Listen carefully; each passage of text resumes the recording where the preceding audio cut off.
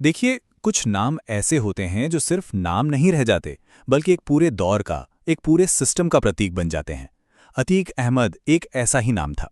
एक ऐसा नाम जो दशकों तक डर और सत्ता का दूसरा नाम बना रहा।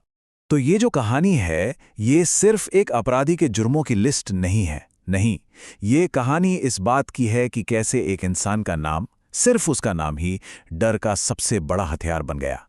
सोचिए, एक ऐसा नाम जिसे सुनकर सन्नाटा पसर जाता था। हर कहानी की एक शुरुआत होती है ना? अतीक की कहानी भी शुरू होती है प्रयागराज की तंग गलियों से। पर सवाल यह है कि वो लड़का आखिर अपराध और सत्ता के उस शिखर तक पहुंचा कैसे। 80s और 90s का जो दौर था, वो गवाह है कि वो कैसे ऊपर उठा। सोचिए, जो सफर कभी गली मोहल्ले की लड़ाइयों से शुरू हुआ था, वो बहुत ही जल्दी हत्या, अपहरण और फिरौती के एक ऑर्गेनाइज्ड एम्पायर में बदल गया। मतलब अब क्राइम उसका काम नहीं, उसकी पहचान बन चुका था। अतीक ने ना एक बात बहुत जल्दी समझ ली थी।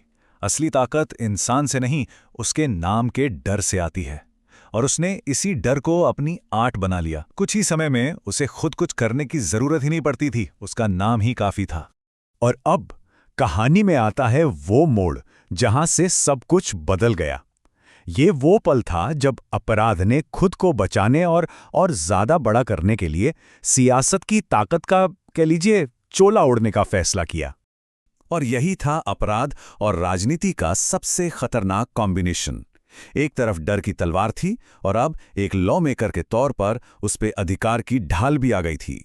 और इसी कॉम्बिनेशन ने उसे पहले से कई ज्यादा ताकतवर और बेखौफ बना दिया था। तो इस तरह वो अब सिर्फ एक गैंगस्टर नहीं था, वो एक मकड़ी की तरह उस केंद्र में बैठ गया था जिसने सियासत, जुर्म और पैसे का एक ऐसा जाल बुना जिसे तोड़ना लगभग नामुमकिन लगने लगा था। चलिए अब जरा ये समझते हैं कि उसने जो सिस्टम बनाया था वो असल में काम कैसे करता था और क्यों दशकों तक उसे कोई तोड़ नहीं पाया। ये सिस्टम ना कई लेवल्स पर काम करता था। अदालतों में गवाह अपने बयान से पलट जाते थे। पुलिस थानों से केस की फाइलें रहस्यमयी तरीके से गायब हो जाती थीं। और जब भी लगता था कि अब कानून का शिकंजा कसने वाला है, तो पॉलिटिकल पावर उसे बचा लेती थी। यह एक ऐसी मशीन थी जो लगातार इंसाफ को कुचलती जा रही थी। और इसका नतीजा एक ऐसी हकीकत जिसने दशकों तक लोगों की आवाज को खामोश रखा।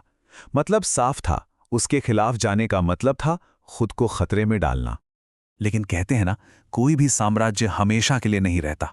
और फिर वो दौर आया जब सत्ता का पहिया घूमा और पूरी बाजी पलटने लगी। साल 2023, ये साल उसके साम्राज्य के अंत की शुरुआत लेकर आया। राजनीतिक हवा बदल चुकी थी, सरकार का रुख सख्त था और उसका जो सुरक्षा कवच था वो अब टूट रहा था।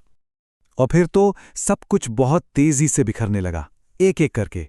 सबसे पहले उसकी अवैध संपत्तियों पर बुलडोजर चले, जिससे उसकी आर्थिक कमर टूट गई। फिर उसके सबसे करीबी साथी गिरफ्तार होने लगे, जिससे उसका पूरा नेटवर्क ही बिखर गया। और आखिर में पुलिस एनकाउंटर में बेटे की मौत ने उसे अंदर से तोड़कर रख दिया। अब हम इस कहानी के उस नाटकीय अंत की तरफ बढ़ते हैं जिसने पूरे देश को हैरान कर दिया था। सब कुछ बिल्कुल नॉर्मल लग रहा था। रात का समय था, पुलिस उसे एक रूटीन मेडिकल चेकअप के लिए अस्पताल ले जा रही थी। चारों तरफ मीडिया का हुजूम था, लाइव कैमरे ऑन थे, लाइट्स चमक रही थी और हर कोई अतीक और उसके भाई से सवाल पूछने की कोशिश कर रहा था। एक पूरा केओस था। और तभी उसी मीडिया की भीड़ से 3 लोग पत्रकार बनकर आगे बढ़े। लेकिन उनका इरादा सवाल पूछना नहीं था, उनका इरादा था कहानी खत्म करना। और इससे पहले कि कोई कुछ भी समझ पाता, गोलियों की आवाज गूंज उठी। लाइव कैमरों पर पूरे देश की आंखों के सामने अतीक और उसके भाई का अध्याय समाप्त हो गया। सब कुछ ही सेकंड्स में खत्म हो गया और पीछे रह गया एक बहुत बड़ा सवाल। जिस डर और हिंसा के रास्ते पर वो चला था, क्या उसका अंत इसी तरह होना तय था? देखिए, अतीक की कहानी सिर्फ एक आदमी की कहानी नहीं है।